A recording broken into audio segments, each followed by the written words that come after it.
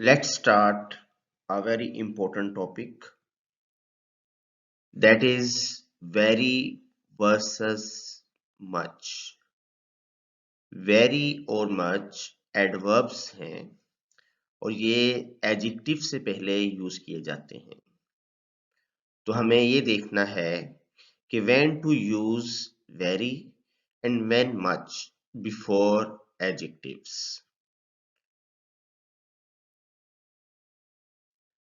Let's move forward.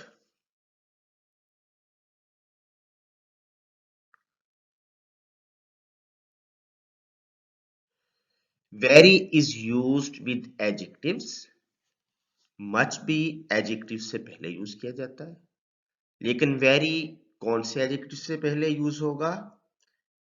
एक तो इसमें इस तरह के डिस्क्रिप्टिव एडजेक्टिव्स हैं, good, kind, cruel, angry, lively etcetera.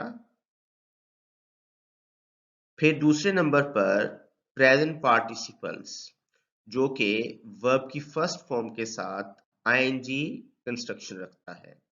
तो प्रेजेंट पार्टिसिपल भी एडजेक्टिव है, लेकिन shape wise, form wise verb की फर्स्ट फॉर्म के साथ आईएनजी।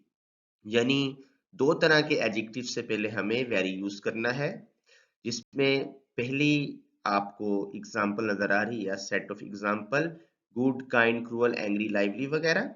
और दूसरी हमने बात की प्रेजेंट पार्टिसिपल्स, जिसकी एग्जांपल्स अभी आपके सामने आ रही हैं, interesting, frightening, shocking, amusing, wondering, surprising, horrifying, etc. तो यहां फिर हमने दो बातें की कि वेरी का इस्तेमाल फंक्शन वाइज हम देख रहे हैं, दो तरह के एडजेक्टिव से पहले हमने वेरी यूज करना है। ठीक है जी, आगे बढ़ते हैं।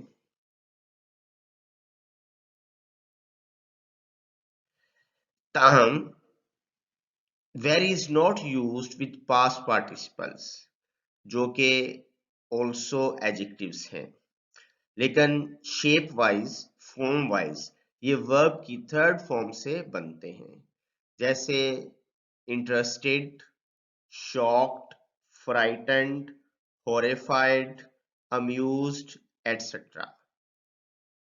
ठीक है जी, पास्ट पार्टिसिपल्स वर्ब की थर्ड फॉर्म से बनने वाले एडजेक्टिव्स हैं, तो वेरी इनके साथ यूज नहीं किया जाता। जैसा अगर हम कहेंगे वेरी एडमायर्ड या वेरी लर्निड या वेरी एजुकेटेड, तो ये ग्रामेटिकली रॉन्ग होंगे। हमें इनके साथ मच यूज करना है, much admired, much learned, much educated. ताहम दो एक्सेप्शंस हैं जिन्हें आप जहन में बैठा लीजिए। हम इस वक्त बात कर रहे हैं सेकंड ईयर तक। हमारे यहाँ पाकिस्तानी ग्रामर में सेकंड ईयर तक इन्हें इस तरह से ट्रीट किया जाएगा। तो एक्सेप्शन में शामिल है प्लीज्ड और टायर्ड। इनसे पहले याद रखें कि हमें वेरी यूज करना है, मच यूज नहीं करना। अगरचे ये वर्ब की थर्ड फॉर्म से बनने वाले ही एडजेक्टिव्स हैं, लेकिन हमें इनके साथ मच यूज नहीं करना, वेरी यूज करना है। तो यहां तक हम कंक्लूड करते हैं कि वेरी यूज करेंगे दो तरह के एडजेक्टिव्स के साथ। पहले नंबर पे गुड, काइंड, डिस्क्रिप्टिव जो है, पोलाइट, क्रूअल, एंग्री वगैरह। और दूसरे नंबर पर प्रेजेंट पार्टिसिपल्स वर्ब की फर्स्ट फॉर्म से बनने वाले, उसके साथ आईएनजी लगा के बनने वाले एडजेक्टिव्स, जैसे हमने कहा इंटरेस्टिंग, अम्यूजिंग, शॉकिंग वगैरह। जबकि वेरी पास्ट पार्टिसिपल से पहले यूज नहीं होगा, जो कि थर्ड फॉर्म से बनने वाले एडजेक्टिव्स होते हैं, जैसे एडमायर्ड, लर्निंग और एजुकेटेड आपके सामने है, इनसे पहले हमने मच लगाया है। फिर हमने कहा एक्सेप्शंस भी हमने दो तरह की देखी हैं, प्लीज्ड और टायर्ड। अगरचे कुछ और भी हो सकती हैं, जैसे डिलाइटेड या डिस्टर्ब्ड है, लेकिन मोस्ट ग्रामेरियंस, हमारे पाकिस्तानी ग्रामेरियंस का इत्तेफाक है कि उन्हें प्लीज्ड और टायर्ड से पहले वो रेकमेंड करते हैं कि वेरी यूज करेंगे। आइए अब आगे बढ़ते हैं।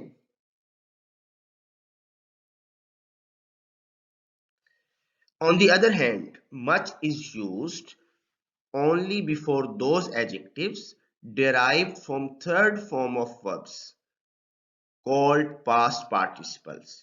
तो इसका मतलब वर्ब की थर्ड फॉर्म से बनने वाले एडजेक्टिव्स वो अपने साथ मच लेते हैं।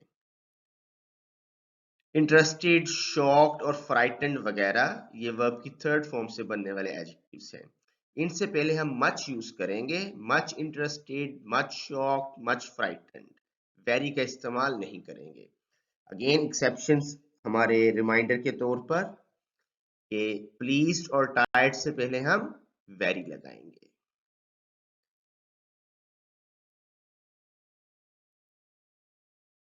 ये मजीद एग्जांपल्स देखते हैं। तो यहां दरअसल ज्यादा हमने ये देखना होता है कि वर्ब की फर्स्ट फॉर्म से बनने वाले एडजेक्टिव्स और वर्ब की थर्ड फॉर्म से बनने वाले एडजेक्टिव्स ये वेरी लेते हैं या मच लेते हैं। ज्यादा कंफ्यूजन हमारे स्टूडेंट्स में इस लेवल पे पाई जाती है। तो आइए इनको ट्रीट करते हैं। लेफ्ट कॉर्नर में, लेफ्ट कॉलम में आपको आईएनजी वाली फॉर्म वाले ही नजर आ रहे हैं, अम्यूजिंग, फ्राइटनिंग, बोरिंग, हॉरिफाइंग, और इसके अलावा दूसरे जो कि आईएनजी के बगैर हैं, पोलाइट, सॉफ्ट वगैरह। जबकि राइट कॉलम में हमें नजर आएंगे थर्ड फॉर्म से बनने वाले amused, frightened, bored, horrified, shocked and wondered. ये सारे के सारे वर्ब की थर्ड फॉर्म से बनने वाले एडजेक्टिव्स हैं जिन्हें पास्ट पार्टिसिपल्स का नाम दिया जाता है। तो लेफ्ट वाला कॉलम वेरी लेगा जबकि राइट वाला कॉलम मच लेगा।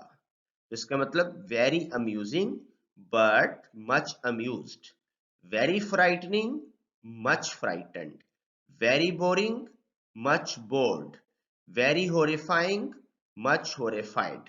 इसी तरह से फिर वेरी पोलाइट और वेरी सॉफ्ट हैं, जबकि मच शॉक्ड और मच वंडर्ड है। शॉक्ड को अगर वेरी के साथ यूज करना है तो ये इसकी शेप चेंज कर दें, इसे शॉकिंग बना दें, वेरी शॉकिंग, वेरी वंडरिंग, लेकिन मच शॉक्ड, मच वंडर्ड।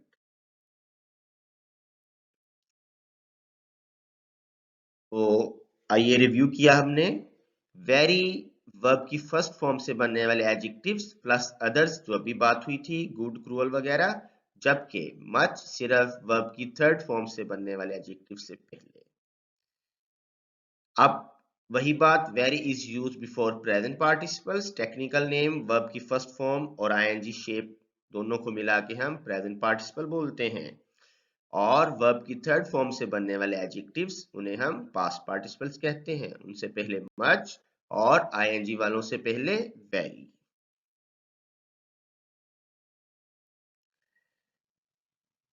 लेकिन जो बात इसमें नोटिसेबल है, जो इसकी फाउंडेशन है, चंद वर्ड्स हम उस पर भी डिस्कस कर लेते हैं, शेयर कर लेते हैं। एक बात तो याद रखें कि जितनी अभी तक हमने जो डिस्कशन की है वो हमने पाकिस्तानी ग्रामर के हवाले से की है। हमारी पाकिस्तानी ग्रामर में क्योंकि चीज़ें हम पाकिस्तानी, हमारा कल्चर जल्द चेंज कबूल नहीं करता, तो हम रिलक्टेंट होते हैं। इसी तरह से हमारी ग्रामर भी रिलक्टेंट है, स्टैटिक है, वो भी जल्द चेंज कबूल नहीं करती। तो हर लैंग्वेज अगर वो चेंज कबूल नहीं करेगी, अगर वो फ्लेक्सिबल नहीं होगी, अगर दूसरे रूल्स को, दूसरी चीज़ों को, मॉडर्न इनोवेशंस को अब्जॉर्ब नहीं करेगी, तो वो डेड हो जाती है। जैसा कि बहुत सारी ज़बानें हो चुकी हैं, जैसे ग्रीक और लैटिन, अगरचे हर वर्ड निकलता है जी it comes from Greek, it comes from Latin, लेकिन आज उनके बोलने वाले कोई नहीं है क्योंकि वो इनफ्लेक्सिबल थी। तो एनी हाउ हमारे यहाँ पाकिस्तान में आते हुए चीज़ें ज़रा देर से पहुंचती हैं क्योंकि वो पैदल आ रही होती हैं इंग्लैंड, अमेरिका वगैरह से, तो इसलिए हमारे रूल्स बहुत स्टैटिक हैं। तो एनी हाउ अभी तक जितनी डिस्कशन थी वो पाकिस्तानी ग्रामर के हवाले से थी। अब इसमें हम थोड़ा सा नेटिव टच को भी शामिल करते हैं। नेटिव ग्रामेरियंस और पाकिस्तानी ग्रामेरियंस का डिफरेंट स्कूल ऑफ थॉट है, वो क्या है आइए देखते हैं।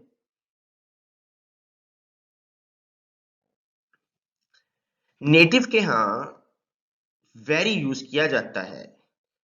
कब? व्हेन वेरी के बाद वाला adjective expresses state of mind even before past participle. तो वेरी वो पास्ट पार्टिसिपल से पहले भी यूज कर लेते हैं, लेकिन उसमें सेंस क्या होती है कि ये स्टेट ऑफ माइंड है। जैसे delighted, pleased, shocked, surprised, wondered. Technically these are the states of mind. तो इनसे पहले वो वेरी रेकमेंड करते हैं। ठीक है जी। और मच कब रेकमेंड करते हैं? जब स्टेट ऑफ माइंड ना हो बल्कि एक्शन की सेंस ज्यादा मिल रही हो। जैसे मच बीटन। ठीक है जी। Much beaten. अब बीट में जहां है, स्टेट ऑफ माइंड नहीं है। Much spent. तो ये थोड़ा सा फिर जरा माइन्यूट सा पॉइंट हो जाता है कि कब हमें पता चलेगा ये स्टेट ऑफ माइंड है या इसमें कोई एक्शन की सेंस है। मतलब अगर मैं कहता हूं he is much surprised, he is very surprised, तो दोनों में थोड़ा सा डिफरेंस है। दोनों ग्रामेटिकली नेटिव के हाँ दोनों ठीक हैं। मच सरप्राइज से मुराद होगी कि सरप्राइज्ड में कोई बात किसी चीज ने सरप्राइज किया है एक्शन की सेंस में। ठीक है। फॉर एग्जाम्पल मैं कहता हूं his performance surprised him. His performance surprised him. अब मैंने थोड़ा सा स्ट्रेस लाना तो मैं कहूंगा he was much surprised by his performance. अब यहां जरा एक्शन और एक्टिव की सेंस चल रही थी, तो इस तरह से फिर मैंने उसे इस तरह से यूज किया। अगर मैं वैसे ही थोड़ा सा एक न्यूट्रल शेड में स्टेट ऑफ माइंड शो करना चाहूंगा तो मैं कहूंगा he is very surprised. Right. तो ये थोड़ा सा चूंकि माइन्यूट सा है इसलिए हमने पाकिस्तानी ग्रामर में फिक्स कर लिया कि वर्ब की फर्स्ट फॉर्म और आईएनजी बनने वाले एडजेक्टिव उनसे पहले हम वेरी लगाते हैं, और वर्ब की थर्ड फॉर्म से बनने वाले एडजेक्टिव्स उनसे पहले हम मच लगाते हैं।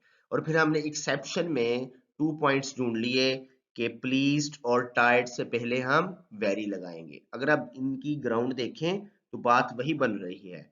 टायर्ड और प्लीज्ड एक तरह से स्टेट ऑफ माइंड है। तो ये रेकमेंडेड इन नेटिव ग्रामर है कि वेरी लगाइए इवन वर्ब की थर्ड फॉर्म बनने वाले एडजेक्टिव से भी पहले, अगर वो स्टेट ऑफ माइंड की सेंस दे रहे हैं। On the other hand much before all past participles लगाते हैं हमारे यहाँ पाकिस्तानी ग्रामर में, लेकिन एक्सेप्शन में जैसे अभी हमने बात की वेरी प्लीज्ड और very tired, this is recommended in Pakistani grammar. तो निचोड़ हमारा, अब हम कंक्लूड ऐसे करते हैं कि हम सेकंड ईयर तक इसी तरह से डील करेंगे। हम सेकंड ईयर तक नेटिव ग्रामेरियंस की किसी भी बात को फिलहाल इसमें इंटरफेरेंस नहीं देंगे। अब सेकंड ईयर के बाद जब हम एमडी कैट वगैरह या यूनिवर्सिटीज डिफरेंट के एंट्री टेस्ट के लिए बात करेंगे, फिर हम नेटिव वाली बात को भी जहन में रखेंगे। तो फिलहाल सेकंड ईयर तक आपने इसी रूल पे चलना है। नेटिव्स को एक तरफ रख दीजिए, इग्नोर कर दीजिए, और यही रूल जो भी हमने डिस्कस किया है उसको फॉलो कीजिए। Thank you very much ji.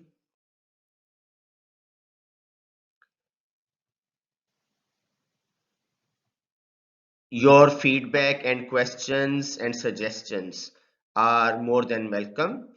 Here is given the email ID rizwan.pasha@outlook.com.